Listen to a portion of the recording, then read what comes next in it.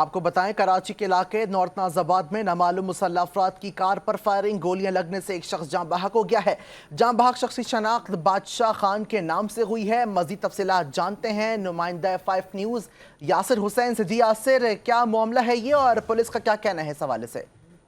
جی بالکل، دیکھیں یہ نارتھ نازآباد کے حیدری تھانے کی حدود میں یہ گاڑی کے اوپر فائرنگ کا واقعہ پیش آیا ہے، جب مقتول جس کی شناخت عزت خان ولد بادشاہ خان سے ہوئی ہے، یہ گاڑی میں بیٹھ ہی رہا تھا تب ملزمان نے اس کے اوپر فائرنگ کی۔ جبکہ پولیس سے ہماری بات ہوئی تو ایس ایس پی سینٹرل جناب ذیشان صدیقی صاحب کا کہنا تھا کہ یہ واقعہ جو ہے ٹارگٹ کلنگ کا معلوم ہوتا ہے، کیونکہ مقتول کے پاس سے کچھ دستاویز نکلے ہیں پلاٹ کے، وہ بھی پولیس نے اپنی کسٹڈی میں لے لیے ہیں، اور جبکہ مقتول کی لاش کو عباسی اسپتال منتقل کر دیا گیا ہے۔